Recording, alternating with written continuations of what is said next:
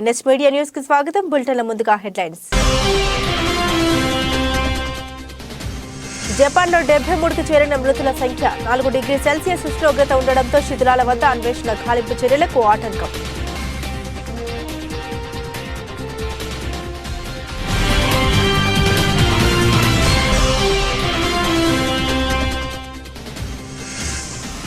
Delhi ఎయిమ్స్లోని AIIMS director కార్యాలయంలో భారీ అగ్ని ప్రమాదంలో ఎలాంటి ప్రాణ నష్టం జరగలేదని తెలిపిన అగ్నిమాపక శాఖ.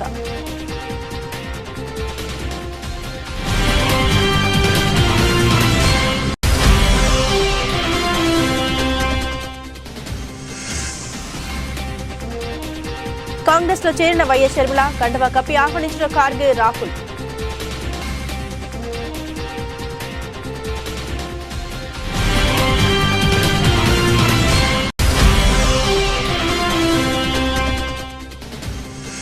భావోద్వేగానికి లోనైన ఏపీ మంత్రి గుడివాడ.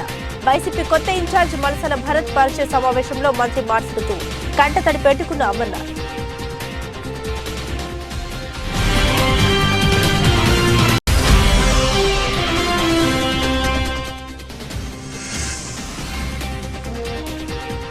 కేసీఆర్ ను పరామర్శించిన జగన్, ఆహ్వానం పలికిన కేటీఆర్.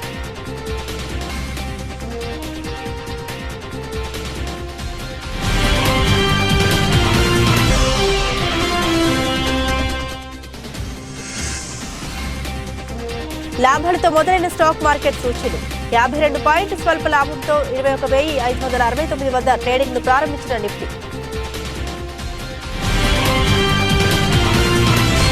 డీటెయిల్స్ చూస్తే నూతన సంవత్సరం రోజున భారీ భూకంపం బారిన పడిన జపాన్లో సహాయక చర్యలు యుద్ధ ప్రాతిపదికన కొనసాగుతున్నాయి. ఇషికావా ప్రీఫెక్చర్లో సోమవారం రిక్టర్ స్కేల్పై 7.6 తీవ్రతతో వచ్చిన భూకంపంలో ప్రాణాలు కోల్పోయిన వారి సంఖ్య బుధవారానికి 73కు పెరిగింది.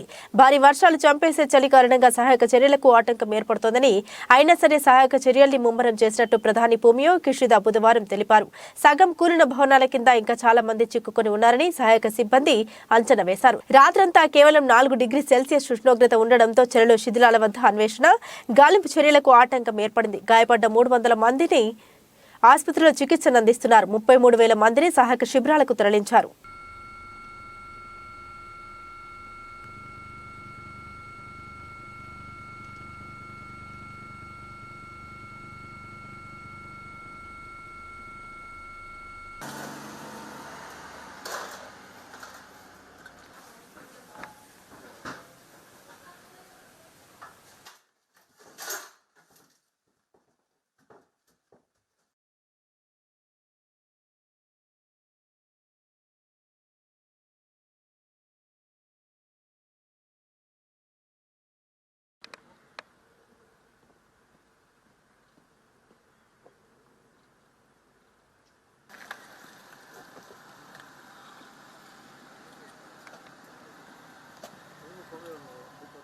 నుస్రత్ శరణార్థి శిబిరంలో కనికరం లేని ఇజ్రాయెల్ బాంబు దాడులు వందలాది మంది పాలస్తీనియన్లు మరోసారి సెంట్రల్ గాజా స్ట్రిప్ నుండి పారిపోయేలా చేసింది. ఇజ్రాయెల్ దాడులు మంగళవారం ఈ ప్రాంతాన్ని ముట్టడించాయి. నివాసితులు పారిపోవాల్సి వచ్చింది. అవసరమైన ఇంధనం లేకపోవడంతో కొందరు కాలినడకన గాడిద బండ్లపై బయలుదేరారు. రాత్రి కురిసిన భారీ వర్షంతో వీధులన్నీ బురదమయంగా మారాయి.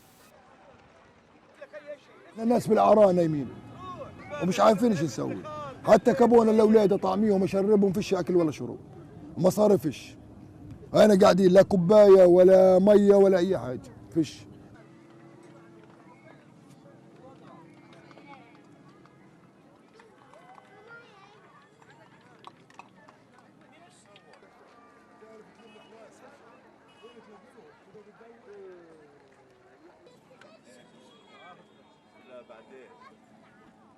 بنطلب شغله واحده، يوقفوا الحرب هاي، يوقفوا معاناه الناس بأي ثمن، تقف معاناة الناس.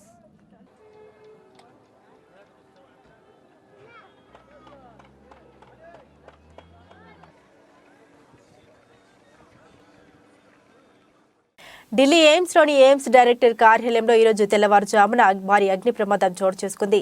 దీంతో ఎయిమ్స్లో ఉద్రిక్త పరిస్థితి నెలకొన్నాయి. ఈ మేరకు సమాచారం అందగానే అగ్నిమాపక బృందం 7 అగ్నిమాపక యంత్రాలతో సహా సంఘటన స్థలానికి చేరుకుని మంటలను అదుపు చేసే ప్రయత్నం చేస్తున్నాయి. ఈ అగ్ని ప్రమాదంలో ఎలాంటి ప్రాణ నష్టం జరగలేదని అగ్నిమాపక శాఖ తెలిపింది.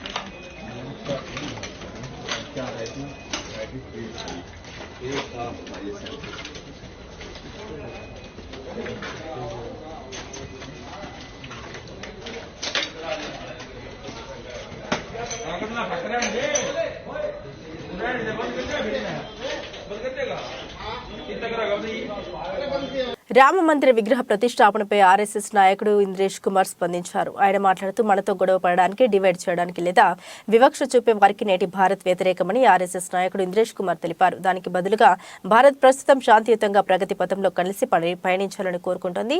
జనవరి 22న అన్ని మతాల వారు దీపాలు వెలిగించి సంబరాలు చేసుకోవటాన్ని అందరూ చూస్తారన్నారు.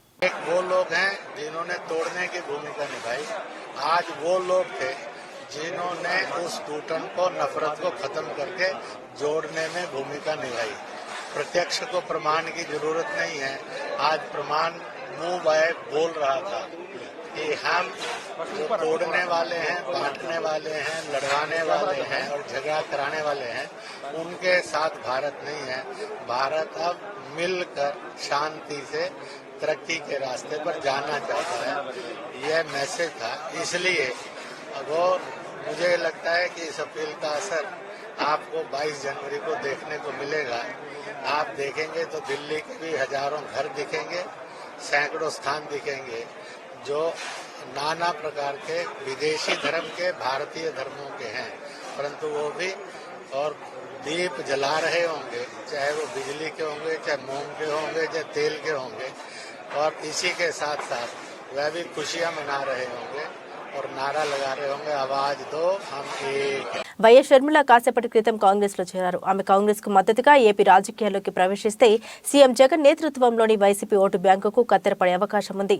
కాంగ్రెస్ నుండి వైసీపీలో చేరిన సీనియర్ నాయకులు, మంత్రులు, ఎంపీలు, ఎమ్మెల్యేలు కొందరు షర్మిల వెంట నడిచే అవకాశం ఉందని తెలుస్తోంది. వైసీపీకి ఎమ్మెల్యే పదవికి రాజీనామా చేసిన ఆర్కే షర్మిల వెంట నడుస్తానని ఇప్పటికే ప్రకటించారు.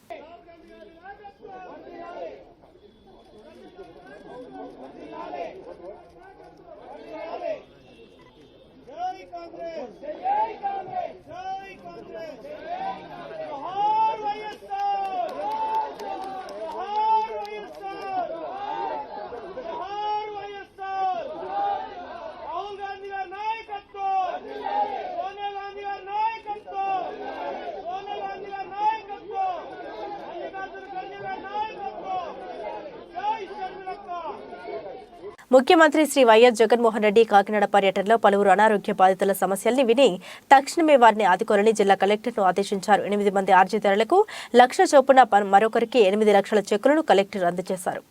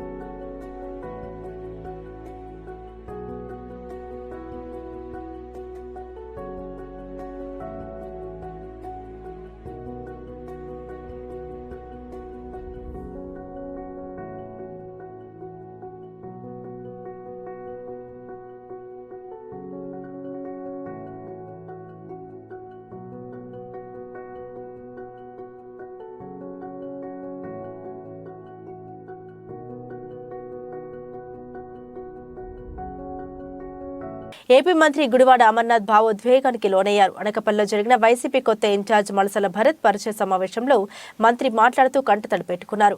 నాకు రాజకీయ పునర్జన్మనిచ్చిన మీ రుణం ఎప్పటికీ మర్చిపోరని నియోజకవర్గ ప్రజలను ఉద్దేశించి ప్రసంగించారు. మిమ్మల్ని వీడి బాధతో వెళ్తున్నానంటూ ఎమోషనల్ అయ్యారు.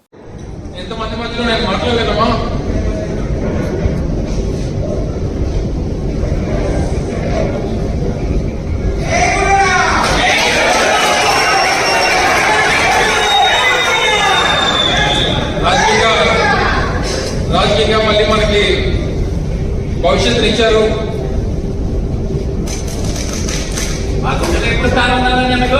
వాళ్ళని విడిచిపెట్టాలంటే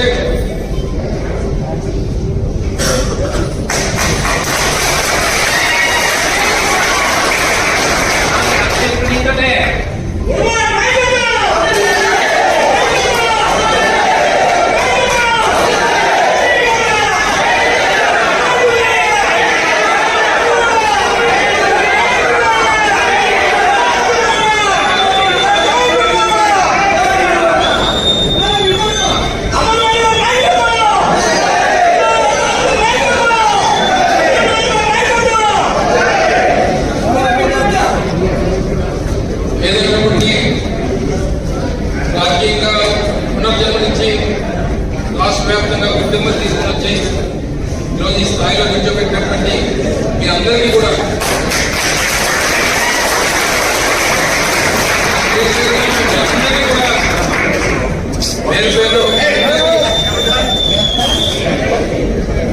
పేరు పేరున మీ అందరికీ అసలు ఆదరణ చేయాల్సినటువంటి అవసరం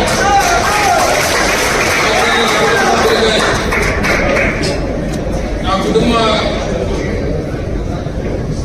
రాజకీయ భవిష్యత్తుని నిర్ణయించినటువంటి నాయకులు మీరంతా కూడా ఈరోజు ఈ స్థాయి నుంచి భవిష్యత్తునిచ్చి ఈ స్థానాన్ని ఇచ్చి ఈ స్థాయిలో మీరు నిల్చోబెట్టి నాకు ఈ స్థానం కల్పించారు. మరి మీరందరూ కూడా తప్పకుండా రేపు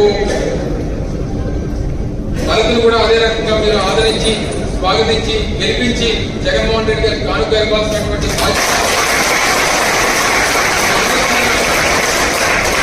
మీ అందరి పైన ఉంది. ఎక్కడన్నా చిన్న చిన్న గ్రామాల్లో ఎక్కడైనా చిన్న చిన్న ఇబ్బందులు ఉన్నా ఏది ఉన్నా సరే సర్దుకుపోయేటువంటి విధంగా అవసరమైనప్పుడు అందరూ ఖచ్చితంగా కూర్చొని నిర్ణయాలు తీసుకుందాం. ఏ రకమైనటువంటి ఇబ్బంది లేకుండా చూసుకోవాల్సినటువంటి బాధ్యత మీ అందరి మీద ఉంది. నమ్మకం నాకు పూర్తిగా ఉంది. ఎక్కడున్నా ఎలా ఉన్నా మీరు ఎప్పుడు కూడా మీ గుండెలో నేను, నా గుండెలో మీరు. అర్హత ప్రామాణికంగా పెన్షన్లు మంజూరు చేయడం జరుగుతుందని రాష్ట్ర ముఖ్యమంత్రి వైఎస్ జగన్మోహన్ రెడ్డి తెలిపారు. పేదలకు తోడుగా ఉండాలనే తపన, పేదరికంలో ఉన్నవారికి అండగా ఉంటామన్నారు. బుధవారం కాకినాడలోని రంగరాయ వైద్య కళాశాల మైదానం నుండి ఆయన వర్చువల్ విధానంలో వైఎస్ఆర్ పెన్షన్ కానుక కార్యక్రమాన్ని ఆయన ప్రారంభించారు. ఈ సందర్భంగా ఆయన మాట్లాడుతూ ప్రభుత్వం అధికారంలోకి వచ్చిన తర్వాత 66.34 లక్షల పెన్షన్ అందిస్తున్నామన్నారు. పెన్షన్లకు నెలకు 1967.34 కోట్ల రూపాయలు అందిస్తున్నట్లు వివరించారు. అంటే కొత్త సంవత్సరం కొత్త ఎనర్జీతో ఒక మంచి పనితో మొదలు పెట్టడం జరుగుతుంది. ముఖ్యంగా మీ అందరికీ తెలుసు, ఈ ఓల్డ్ ఏజ్ పెన్షన్ ఏదైతే ఉందో అది 2750 నుంచి మనం 3000 రూపాయలకి పెంచుకోవచ్చున్నాం. ఇది చాలా అంటే రాష్ట్రంలో దేశంలో కూడా ఎక్కడ కూడా ఇంత పెద్ద మొత్తంలో ఓల్డ్ ఏజ్ పెన్షన్ అనేది ఇవ్వడం జరగట్లేదు. సో అది మనం ఇచ్చుకుంటున్నాం. దీనికి పర్టికులర్లీ ముఖ్యంగా గౌరవ రాష్ట్ర ముఖ్యమంత్రి శ్రీ వైఎస్ జగన్మోహన్ రెడ్డి గారికి మరొకసారి హృదయపూర్వకంగా జిల్లా నుంచి కృతజ్ఞతలు తెలియజేస్తున్నాము. అలాగే జిల్లాలో చూసుకుంటే మనకు 16 రకాల పెన్షన్లు మొత్తంగా 3,23,436 మంది లబ్ధిదారులకి మనం పెన్షన్స్ వివిధ రకాలైన పెన్షన్స్ మనం ఇవ్వడం జరుగుతుంది. ముఖ్యంగా ఓల్డ్ ఏజ్ పెన్షన్స్ కానివ్వండి, విడో పెన్షన్స్ కానివ్వండి, వీవర్ పెన్షన్స్ కానివ్వండి, పర్టికులర్లీ ఇందాక చెప్తున్నారు పెద్దలు నా ముందు ఒకరు మన సీకేడీకి సంబంధించి కూడా మనం పెన్షన్స్ అనేవి ఇచ్చుకోవడం జరుగుతుంది. సో ఓల్డ్ ఏజ్ పెన్షన్స్ అయితే దాదాపు 1,75,000 మందికి మనం ఓల్డ్ ఏజ్ పెన్షన్స్ అనేవి ఇచ్చుకుంటున్నాము. ఇప్పుడు జనవరి 5th నుంచి ఈ కొత్తగా మరొక 9,000 మందికి మనం శాంక్షన్స్ కొత్తగా ఇవ్వడం జరుగుతుంది. సో ఓవరాల్ గా ఎక్కడ కూడా ఏ ల్యాబ్స్ కూడా లేకుండా అందరు లబ్ధిదారులకి కూడా పెన్షన్ అందించే విధంగా 1వ తారీఖున వాలంటీర్స్ అందరూ ఇలాగ పిడిగా చెప్పినట్టు వాలంటీర్స్ చేతికి వచ్చి మనకి పెన్షన్ అనేది డిస్ట్రిబ్యూట్ చేయడం జరుగుతుంది. చాలా రకాల ఇందాక చూసుకుంటే చాలా డీపీడీ స్కీమ్స్ అనేవి వెళ్తూ ఉంటాయి. అయినా సరే సీఎం గారు మెసేజ్ లో కూడా చెప్పారు, నోరు తెరిచి అడగలేని అని చెప్పేసి. వాయిస్లెస్ పవర్లెస్ పీపుల్ అయిన మన లబ్ధిదారులు ఎవరైతే ఉన్నారో, అవాతాదులు కానివ్వండి, లేకపోతే ఒంటరి మహిళలు కానివ్వండి, లేకపోతే డిసేబుల్డ్ కానివ్వండి, కొన్నిసార్లు టెక్నాలజీ అనేది అడ్డుపడకుండా ఉండేటందుకు మనం డైరెక్ట్ గా డిస్ట్రిబ్యూషన్ అనేది ఇంత పెద్ద మొత్తంలో మన రాష్ట్రంలో జరుగుతుంది, మన ఎక్కడా జరగట్లేదు. ఒకవేళ అకౌంట్ ఉన్న దాన్ని తీసుకోలేనటువంటి వారు, వేరే వారి మీద ఆధారపడాల్సిన వారు కూడా ఇప్పుడు అందరూ డిస్ట్రిబ్యూట్ చేయడంతో ఖచ్చితంగా వారు డబ్బులు తీసుకొని వారు కొంచెం హ్యాపీగా ఎవరి మీద ఆధారపడాల్సింది లేకుండా కూడా ఉంటారు. సో అది ఆ ఆలోచనలో కూడా మనం ఈ డిస్ట్రిబ్యూటరీ పెన్షన్ స్కీమ్ అనేది ముఖ్యమంత్రి గారు చేశారు. సో అందరూ కూడా ఇందాక ఆల్రెడీ అందరూ చెప్పారు. సో అందరూ కూడా ఈ పర్టికులర్ న్యూ ఇయర్ లో ఈ కొత్త పెన్షన్ పెన్షన్స్ తో ఈ సంవత్సరం అంతా కూడా ఆయుర ఆరోగ్యాలతో మంచిగా ఉండాలి అని చెప్పేసి కోరుకుంటూ మరొకసారి మీకు అందరికీ నూతన సంవత్సరం మరియు సంక్రాంతి శుభాకాంక్షలు తెలియజేసి సెలవు. ధన్యవాదాలు. రంగారెడ్డి జిల్లా షాద్నగర్ నియోజకవర్గం కొత్తూరు మండలంలోని జేపీ దర్గా సమీపంలోని వైఎం తండా వద్ద హుజరాబాద్ జమ్మికుంట మున్సిపల్ అవిశ్వాసానికి సంబంధించి రగడ జరుగుతోంది. కాంగ్రెస్ బీఆర్ఎస్ పార్టీ నాయకుల నాటకీయ పరిణామాల మధ్య తీవ్ర ఉద్రిక్తత వాతావరణం నెలకొంది. ఇప్పటికే ఆయా పార్టీల కార్యకర్తలు ఘర్షణకు దిగారు. మరోవైపు కాంగ్రెస్ పార్టీకి చెందిన మాజీ జడ్పీటీసీ శ్యామ్ సుందర్ రెడ్డి, కేశంపేట ఎంపీపీ రవీందర్ యాదవ్ తమ పార్టీల తరపున మద్దతుగా సంఘటన స్థలానికి చేరుకుని వాగ్వివాదం చేసుకున్నారు. ఇరువురు నాయకులు వాదోపవాదాలు చేస్తూ ఉండడంతో తమ అనుచర నాయకులు కార్యకర్తలు రెచ్చిపోయి కొట్టుకున్నారు. స్థానికుల వివరాల ప్రకారం హుజరాబాద్ జమ్మికుంట మున్సిపాలిటీ చైర్మన్ గా ఉన్న రాజేశ్వరరావు బీఆర్ఎస్ పై ఇటీవల ఎన్నికల్లో కాంగ్రెస్ పార్టీలో చేరిన పొన్నుగంటి మల్లయ్య వర్గం అవిశ్వాస తీర్మానం పెట్టిందని, మొత్తం 30 వార్డులుగా ఉండగా ఇరువురికి 15 చొప్పున సమబలాలు ఉన్నాయని, ఇందులో ఒక వర్గం కౌన్సిలర్లను కొత్తూరు మండలం జేపీ దర్గా శివార్లోని ఓ ఫామ్ హౌస్ లో దాచినట్లు సమాచారం రావడంతో ఇరు పార్టీల నాయకులు కార్యకర్తలు ఘర్షణకు దిగి కొట్టుకున్నారు. విషయం తెలుసుకుని రంగ ప్రవేశం చేసిన పోలీసులు లాఠీ చార్జీ చేసి కాంగ్రెస్ బీఆర్ఎస్ నాయకులు కార్యకర్తలను చెదరగొట్టారు. వచ్చి బండ్లు పెట్టుకొని 3 బండ్లు పెట్టుకొని ఉన్నారు. నేను పొద్దుగాలు వచ్చిన చూద్దామని, నేను షాద్నగర్ దాకా పోతే లేరు. నేను మళ్ళీ ఊరికి వెళ్ళిపోతుంటే అడ్డమైరాను. ఎవరు 2 బండ్లు అవే అడ్డమైంది. ఆపి అడిగిన, ఏమైంది బాబు ఎందుకు వచ్చి మీరు రాత్రి ఎందుకు మేము ఎడుకోలేము అంటే సీసీ ఫుటేజ్ చూపించిన. ఇక్కడ చూడు మీరు రాత్రి 3 గంటలకు పోయారు కాబట్టి చెక్ చేద్దాం. ఒక నిమిషం, సీసీ ఫుటేజ్ చెక్ చేయండి, మీరు 3 గంటలకు గారు పోయారు, కిడ్నాప్ చేయడానికి వచ్చారు అని చెప్పిన. అంటే వాళ్ళు సైలెంట్ అయిపోయి అన్న కిడ్నాప్ చేయడానికి ఎవరు వస్తారు అన్న? చైర్మన్ వస్తాడు అన్న. చైర్మన్ అంటే వాళ్ళకు చైర్మన్ దెబ్బలు కొడతారా? నువ్వు నీ సమక్షంలో జరిగింది. సమక్షంలో ఏం దెబ్బలా కొట్టుడు? మొత్తం ఇంత రాత్రి 3 గంటలకి బండ్లు వచ్చినాయి. అన్న నేను బండ్ల గురించి ఇప్పుడు నా వాళ్ళు ఉంటా అంటే నేను కూడా తొలగపోనికే నేను వస్తాను. కానీ ఈ కొట్టుడు కొట్టం కూడా నేను ఉన్నా కాబట్టి చెప్తున్నా. నీ ముందరే జరిగింది ఆ కొట్టం కూడా. వీడియోలు కూడా చూపిస్తా, కొట్టిన వీడియోలు కూడా చూపిస్తా. నువ్వు ఆపినవనే కాదా? ఇప్పుడు నీ గురించి అంటలేండి, కొట్టిన వీడియోలు కూడా చూపిస్తా.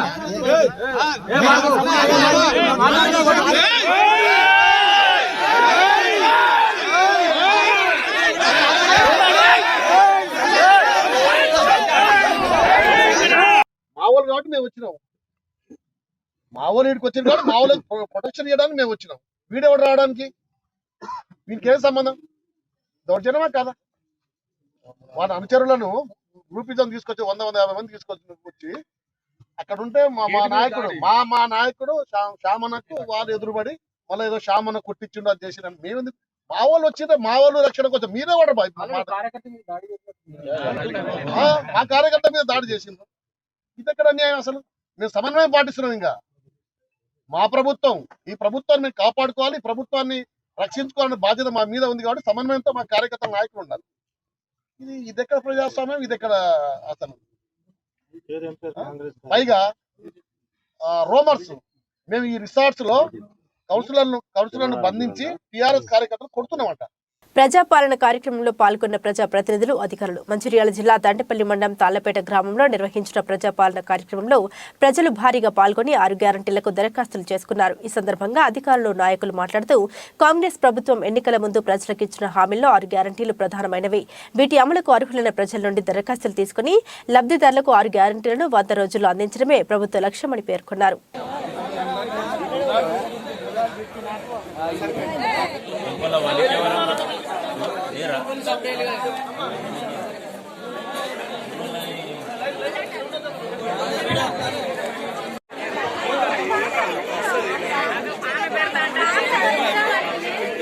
భాగంగా తాళ్లపేట గ్రామ పంచాయతీలో గ్రామసభ ఏర్పాటు చేసి ఈ 5 స్కీమ్ల కోసం గాను దరఖాస్తులు తీసుకోవడం జరుగుతుంది. ఇది పెద్ద జీపీ కావున మేము 700 వరకు హౌస్ హోల్డ్స్ ఉన్నాయి. టోటల్ 7 కౌంటర్స్ పెట్టుకున్నాము. 7 కౌంటర్స్ ద్వారా దరఖాస్తులు తీసుకుంటున్నాము. తీసుకున్న దరఖాస్తులు కూడా వెంటనే రసీదు కూడా రాసి ఇవ్వడం జరుగుతుంది. ఈరోజు ఇంకెవరైనా ఇవ్వలేని వాళ్ళు ఉంటే 6th వరకు కూడా అవకాశం ఉంటుంది. ఇంకా మిగిలిపోయిన వాళ్ళు కూడా 6వ డేట్ వరకు కూడా అప్లై చేసుకోవాలి. రెండవది 10 లక్షల రాజీవ్ ఆరోగ్య పథకంను అమలు చేయడం జరిగింది. అలాగే మహిళలకు ఇంకా మిగతా అవసరాలైన గృహజ్యోతి పథకం, రైతు భరోసా, చేయూత పథకం, ఇందిరమ్మ ఇల్లు, వీటి దరఖాస్తు కోసం ప్రజలు ఇబ్బంది పడకుండా ఎవరి గ్రామంలో వాళ్ళే ప్రజల వద్దకే పాలన అనే కార్యక్రమం ద్వారా ఎవరి గ్రామ పంచాయతీలు వారి అప్లికేషన్ పెట్టుకునే విధంగా హామీ అందరికీ చెప్పడం జరిగింది. అదే విధంగా ప్రతి గ్రామంలో అందరూ దరఖాస్తులు స్వీకరించేలా అధికారులు అందరూ సహకరించడం జరుగుతుంది. ఖమ్మం పట్టణంలోని రాష్ట్ర బీజేపీ కార్యవర్గ సభ్యుడు ఈవీ రమేష్ ఆధ్వర్యంలో బీజేపీ రాష్ట్ర పార్లమెంటు క్యాంపు కార్యాలయం ఏర్పాటు చేయడం జరిగింది. అనంతరం ఈవీ రమేష్ మాట్లాడుతూ త్వరలో జరగబోయే పార్లమెంటు ఎన్నికల్లో ఖమ్మం బీజేపీ పార్లమెంటు అభ్యర్థిగా తాను టికెట్ ఆశిస్తున్నానని, బీజేపీ పార్టీలో తాను 2013 నుండి పార్టీ ఆదేశాలకు అనుగుణంగా పనిచేస్తూ ఉన్నానని, బండి సంజయ్ పాదయాత్రలో రూట్ మ్యాప్ ఇన్ఛార్జిగా పనిచేశారని, పార్టీ ఆదేశిస్తే ఈసారి ఎంపీ అభ్యర్థిగా పోటీ చేస్తారని, దేశం మొత్తం నరేంద్ర మోడీ నాయకత్వాన్ని బలపరుస్తూ 3వసారి ప్రధానమంత్రిని చేయడానికి సిద్ధంగా ఉన్నారని తెలిపారు. ఈ కార్యక్రమంలో బీజేపీ జిల్లా నాయకులు అంజయ్య, ఆకుల నాగేశ్వరరావు, శ్రీనివాస్, నరేంద్రబాబు, రవీందర్, కొల్లిపాక శ్రీదేవి, మందా సరస్వతి, ప్రసాద్, కిషన్ రెడ్డి, జ్వాల నరసింహారావు తదితరులు పాల్గొన్నారు. సంబంధించినటువంటి అన్ని నియోజకవర్గాలు, అన్ని గ్రామాల్లో కూడా ఆల్రెడీ నా ప్రచారం నడుస్తూ ఉన్నది. నేను అందరినీ కలవటం, ఈ యొక్క భారతీయ జనతా పార్టీకి సపోర్ట్ చేయమంటం కూడా జరుగుతూ ఉంది.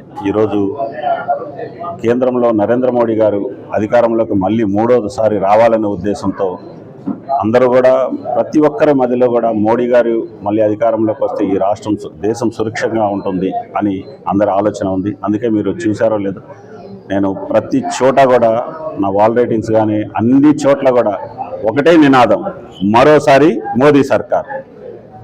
ఒకటే నినాదం, మరోసారి మోదీ సర్కార్. దాంట్లో మా భాగస్వామ్యం కూడా ఉండాలి అనేది మా యొక్క ఉద్దేశం. Thank you sir. భారీ భూకంపాలు, సునామీతో జపాన్ ప్రజలు క్షణక్షణం భయంతో జీవిస్తున్నారు.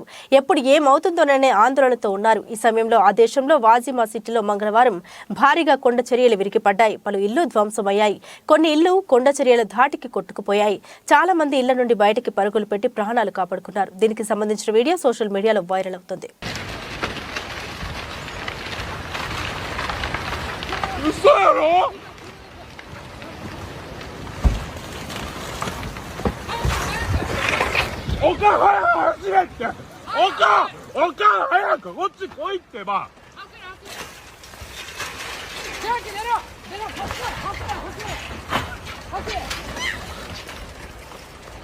విజయవాడ పశ్చిమ నియోజకవర్గంలో ఓడిపోతాడని సర్వేలు చెప్పిన వ్యక్తి సెంట్రల్ నియోజకవర్గంలో ఎలా గెలుస్తారంటూ మాజీ ఎమ్మెల్యే బోండా ఉమా వైసీపీ అధిష్టానాన్ని ప్రశ్నించారు.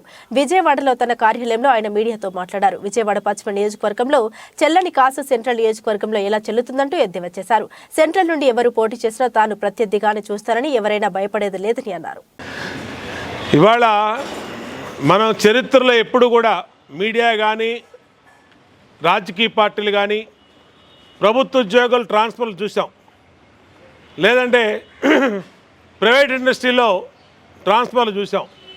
రాజకీయ ట్రాన్స్ఫర్లు మొదలుపెట్టింది మొట్టమొదట భారతదేశ చరిత్రలో, ఆంధ్రప్రదేశ్ చరిత్రలో వైసీపీ ప్రభుత్వమే. ఇవాళ ఒక నియోజకవర్గంలో చెల్లని కాసు అయినటువంటి వ్యక్తి పక్క నియోజకవర్గంలో ఏ విధంగా చెల్లుతాడని అడుగుతా ఉన్నా. ఇవాళ పశ్చిమ నియోజకవర్గంలో ఒక ఎమ్మెల్యేని అక్కడ ప్రజలు తిరస్కరించారు. ఆయన రిపోర్ట్లన్నీ బ్యాడ్గా ఉన్నాయి, అంతులేని అవినీతి ఆ నియోజకవర్గంలో జరిగిందని అతను అక్కడ చెల్లని కాసయ్యాడు. మరి సెంట్రల్ నియోజకవర్గంలో ఎలా చెల్లుతాడు? ఇవాళ రాష్ట్రంలో ఇష్టాసారంగా ఎస్సీలని, బీసీలని ఇష్టాసారంగా మారుస్తూ ఉన్నాడు. సీఎం సొంత నియోజకవర్గం తాడేపల్లిలో సీఎం ఉండే ఇల్లు మంగళగిరి నియోజకవర్గం. మంగళగిరి ఎమ్మెల్యేనే నీకో నమస్కారం, నీ పార్టీకో నమస్కారం బాబు, నీ పదవికో నమస్కారం అని ఎమ్మెల్యే పదవికి పార్టీకి రాజీనామా చేసి దండం పెట్టి వెళ్ళిపోయాడంటే ఏ విధంగా ఈ రాష్ట్రంలో పరిస్థితులు, వైసీపీ పరిస్థితి ఏ విధంగా ఉందో అర్థమవుతూ ఉంది. అంటే మునిగిపోయే నావా ప్రతి ఒక్కళ్ళకి తెలిసిపోయింది. ఆ నావలో ఉన్నవాళ్ళు అందరూ కూడా బయటకు వచ్చేస్తూ ఉన్నారు. ఎవరన్నా కాస్తో కూస్తో భయంతోనో లేదంటే ఇంకొక దీంతోనో ఉంటే వాళ్ళు కూడా పోతారు. చల్లని కాసు అయినటువంటి ఒక ఊరిలో చల్లని కాసు రెండో ఊరిలో చెల్లదు. ఇది ఎక్కడైనా చల్లని కాసు. Hyderabad Banjara Hills road BRS అధినేత కేసీఆర్ ఇంటికి గురువారం ఏపీ సీఎం జగన్ చేరుకున్నారు. ఇంటి వద్ద జగన్ కు కేటీఆర్, తలసాని శ్రీనివాస్ యాదవ్, మహమ్మద్ అలీ, కౌశిక్ రెడ్డి స్వాగతం పలికారు. ఫామ్ హౌస్ లో కింద పడిన కేసీఆర్ ను జగన్ పరామర్శించారు. ఆయన ఆరోగ్య పరిస్థితిని అడిగి తెలుసుకున్నారు. త్వరగా కోలుకోవాలని ఆకాంక్షించారు జగన్. కేసీఆర్ ఇంటి వద్దే జగన్ భోజనం చేసి అనంతరం తాడేపల్లికి వెళ్తారని తెలుస్తోంది.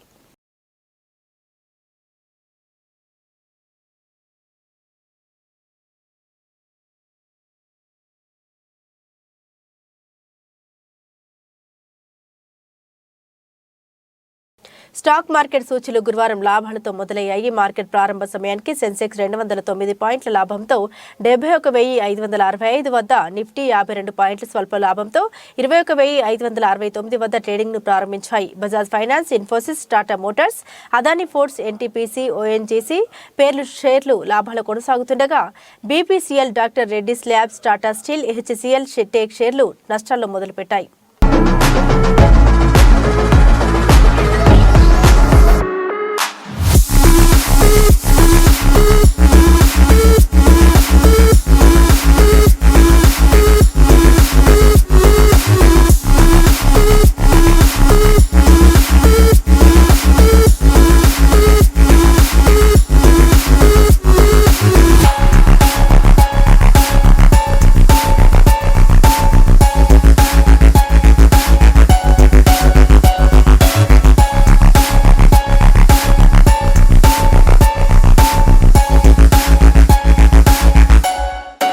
బులెటిన్ ముగించే ముందు హెడ్లైన్స్ మరోసారి.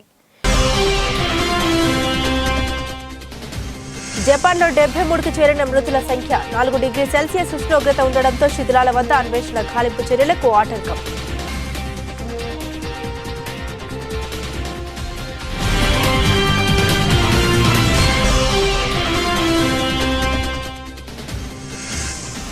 ఢిల్లీ ఎయిమ్స్లోని ఎయిమ్స్ డైరెక్టర్ కార్యాలయంలో భారీ అగ్ని ప్రమాదంలో ఎలాంటి ప్రాణ నష్టం జరగలేదని తెలిపిన అగ్నిమాపక శాఖ.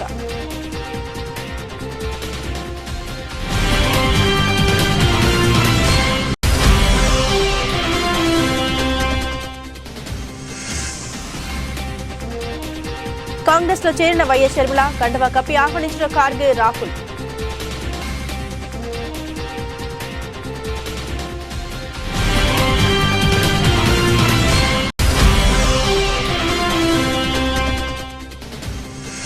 భావోద్వేగానికి లోనైన ఏపీ మంత్రి గుడివాడ. వైసీపీ కొత్త ఇన్ఛార్జ్ మలసల భరత్ పరిచయ సమావేశంలో మంత్రి మార్చుతూ కంటతడి పెట్టుకున్న అమర్నాథ్.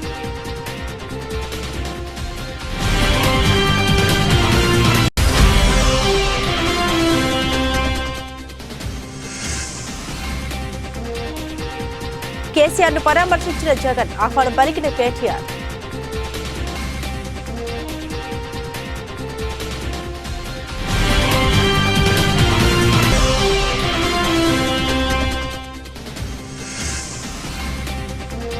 లాభాలతో మొదలైన స్టాక్ మార్కెట్ సూచీలు. 52 పాయింట్ల స్వల్ప లాభంతో 21,569 వద్ద ట్రేడింగ్ ను ప్రారంభించిన నిఫ్టీ. ఇవి బులెటిన్లోని విశేషాలు. తిరిగి మరో బులెటిన్తో మళ్ళీ కలుసుకుందాం. సెలవు.